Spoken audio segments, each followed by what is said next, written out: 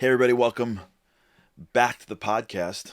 It's been a long time since we've been here together, um, but it's good to be back. We got a lot to talk about. For those that are tuning in via podcast or any audio source, you can be sure that in front of me is a cup of coffee. For those that are here watching video, you can see it live. So thank you very much for drinking with me. For those that are in commute or whatever you're doing, I hope that you get a cup of coffee. We got a lot to talk about, and hopefully we'll start talking again more often. I miss you guys. I miss doing this, and I miss being able to talk things out with you every day as the world turns. And I don't know of a better time. We're living in crazy, crazy times, and there's so many lessons that are taking place every single day that we got to talk out and talk through, and hope we get to do that together. I want to begin by trying to make sense a little bit of what we've got to do now. There's a lot going on. And what you're finding, if you look closely, is that emerging from the chaos of this world are different classes of people. For some, it's bringing out their best. I mean, I've seen things I couldn't even imagine. Giving and giving and giving and giving more. I mean, it's insane. People have changed their lives around. People are passing up on financial opportunities to spend more time doing charity and volunteer work. People flying around the world. You know that right now as we speak, you can't get a ticket to Israel. It's the most expensive it's ever been, in part because everyone's trying to go there and help and do. Soldiers at the beginning of their lives that are out of service, right? They're not currently drafted. They're out, running back to serve. The level of unity and it's just beyond. I've never really experienced it at this level before. For others, it's despair, brokenness. For others, it's obsession, a non-stop news obsession, fear. For others, it's hate, death, destruction, hate. Nothing less than just more and more darkness.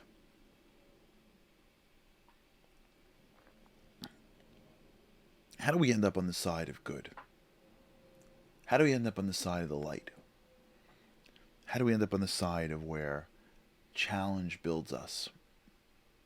Now, let's take off the table people that are suffering in a very direct way.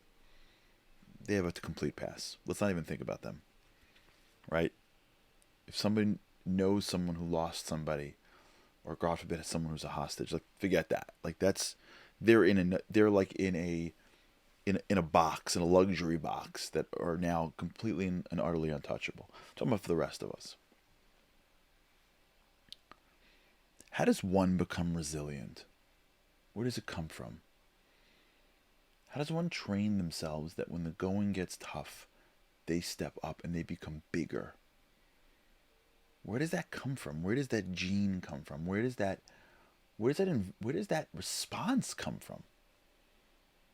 How do you go from being scared to being mobilized? I see like army bases of soldiers that are like about to go into Gaza and they're dancing and singing. And I'm like, do you know what's coming next?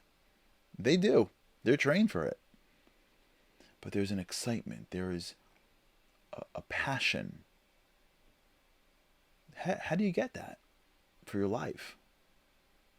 Look at it in fear in the eyes and dance and sing. I was on the phone today with a very brave man, one of my close friends and heroes, an Israeli war hero, lost his son in this current war. One of the first soldiers to go down. He lost his son. His son was defending a whole kibbutz. Held off the terrorists long enough to get back up. And he was writing and he was saying to me how that's what a soldier dreams about. Or not God forbid death, but that's what they're trained to to defend and to protect and to see that as their highest calling. Where do you get this from? Where do you get this resilience from? Where do you get this mission from? In a world where it feels like everybody is focused on self, they can barely let somebody even cut on a line, let alone give their life for something. Where does this come from? So we got to talk about it. Let's begin right now for a few minutes. What you'll notice is something very interesting about life. That we all operate on two modes.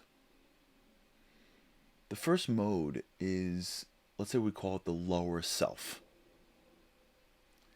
In that mode, what we're focused on is self. It's our lower self. And what we're doing is feeding it. We want to win. We want to make more money. We want to go first. I'm hungry. My people. My way. The definition, if you will, the distinction of that who lives in the lower self, you can tell because what they're first and foremost concerned of is of themselves. In any way that it manifests. From the smallest to the largest. Kids all have this because kids are not fully developed yet. Kids are not processed yet. And so they're constantly living, so to speak, in that world of lower self. Unless they get pulled out. But me and my sister, and you ever see two kids and you give one kid the compliment? The first question is, what about me? And you're like, what? Why can't I tell him how good he is without saying that you're not? So that I'm not good? Well, who said you're not good? You don't love me? Who said I don't love you? How come I don't get presents? It's his birthday. But what about me? What? Why is this all about you? So his answer is, because I'm a kid. It's about me. And if someone else is winning and I'm around it, I may get very threatened. Because I'm living in a lower self. And in my lower self, it's eat or be eaten. It's survival of the fittest. It's winning. There's no room for two. I'm living in a limited world. So if you get, it means I don't get. Now there are a lot of adults that are still they're really still children. And they just speak in more sophisticated language, but what they mean is, what about me? And what about me? And they live in a world where they think they're greater than they are. They're more deserving than they are. But most importantly, live in a world where they measure the world based on the impact that it has on them. That way of life that we all have that child inside us, requires a lot of things to go right to be happy. Because once you allow that thinking to continue, and by the way, we all have it. If you don't think you have it worse than everybody else. Let's put it on the table. If you're like, oh, I don't have that. Not only do you have it, but you're not even aware of it. So forget it. You're the worst in the room. At least if you're aware of it, you go, okay, my bad. I got to work on it. 2%, 10%, 50%, whatever it is. But let me just end with this idea and we can pick this up next time. The problem with that way of life is that, much like every other lower way of life, it never stays satisfied. It always goes for more. Right? Think about any material pleasure. The more you get it and you condition to it, the more you need the next pleasure to satisfy yourself. Right?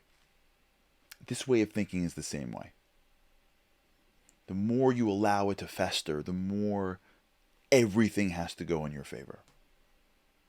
The more when you do this, when the smallest thing cuts against you, you're blown.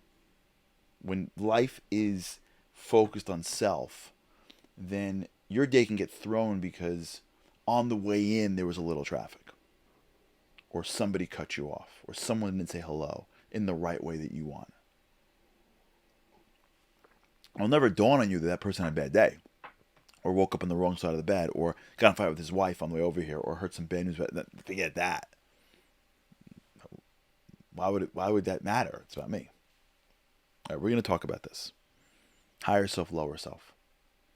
Trying to understand the different modes that mean you live in, and why some people can't break out, and how evolving is the path to true happiness and success. All right, well, welcome back. I hope you stick with me. With God's help, can't wait to see you next time.